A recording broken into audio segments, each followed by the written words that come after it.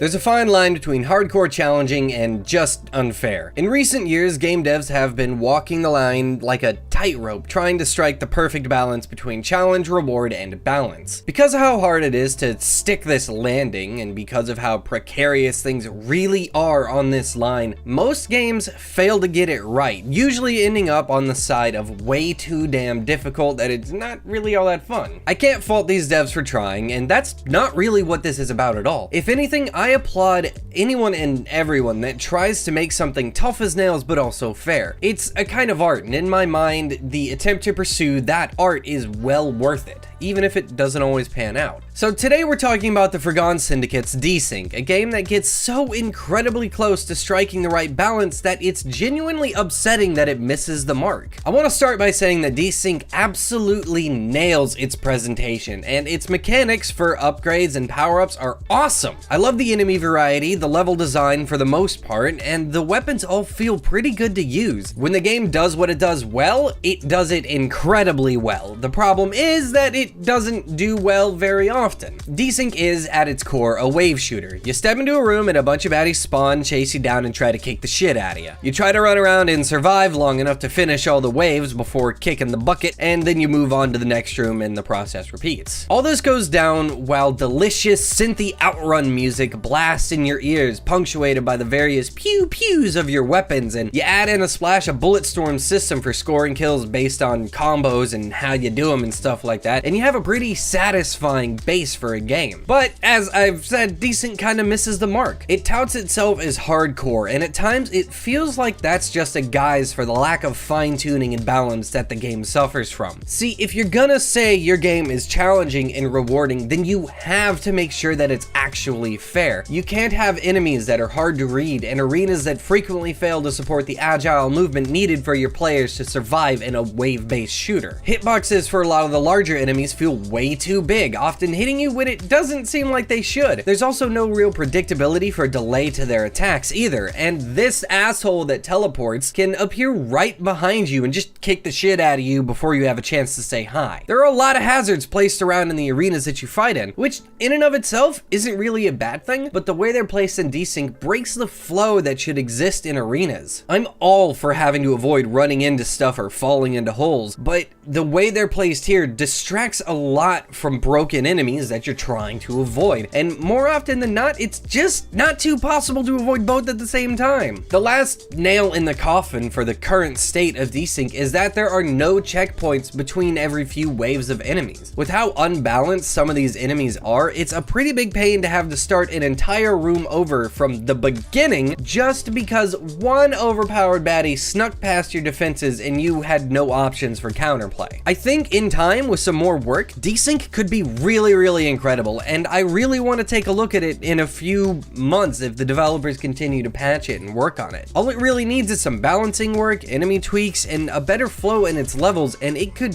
really be fantastic. But right now, for the 15 bucks that you'll pay on Steam for it, I think it's better to just wait and keep a really close eye on this one. Thanks for joining me for this episode of Indie Bytes. I hope you enjoyed. If you did, please remember to leave a like and subscribe for more stuff like this. Be sure to check out the other content that we put out on this channel, and remember to drop me a line here on Twitter or through email with any game recommendations that you've got. You can find all that stuff down in the description below. I'll see you next time.